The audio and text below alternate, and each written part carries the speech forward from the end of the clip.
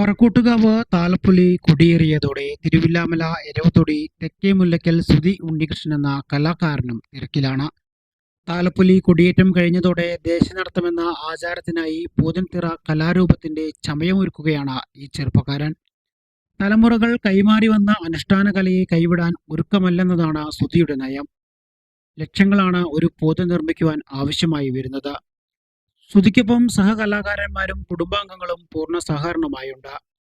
Limca book of റെക്കോർഡും Indian book of റെക്കോർഡും കേരള സർക്കാരിന്റെ വജ്ര ജൂബിലി ഫെലോഷിപ്പും കരസ്ഥമാക്കിയിട്ടുണ്ട് ഈ കലാകാരൻ.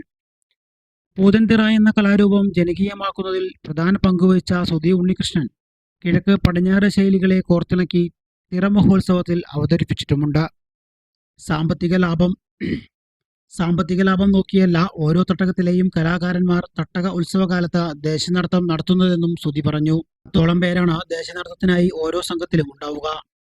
കൂലിക്കാശ് പോലും ലഭിക്കില്ലെങ്കിലും പുതുതലമുറ ഈ അനുഷ്ഠാന കലയെ കൈവിടില്ലെന്ന് തെളിയിക്കുകയാണ് ഈ ചെറുപ്പക്കാരൻ.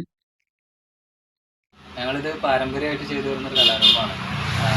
എന്താ പറയുക, അച്ഛൻ രാമൻ, അച്ഛൻ ഉണ്ണികൃഷ്ണൻ അത് കൈമാറ്റം ചെയ്തപ്പോൾ ഞാനും എൻ്റെ സഹോദരന്മാരുടെ മക്കളും അടക്കം ഞങ്ങളിപ്പോൾ പൂതൻതിറയ്ക്ക് പോകുന്നുണ്ട്.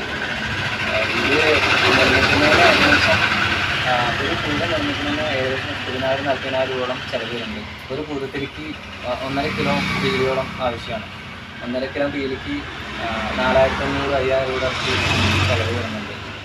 പിന്നെ ശാരീരികമായിട്ടുള്ള ഒരുപാട് അസ്വസ്ഥതകളൊക്കെ നേരിട്ടുകൊണ്ടാണ് ഞങ്ങൾ ഈ പരിപാടി നേരിടുന്നത്. കാരണം ബാക്ക് പെയിൻ പോലുള്ള അസുഖങ്ങളും നിത്യേന ഈ പരിപാടിക്ക് പോയി വേദന അനുഭവിക്കുന്നവരാണ് കൂടുതലും കലാകാരന്മാർ.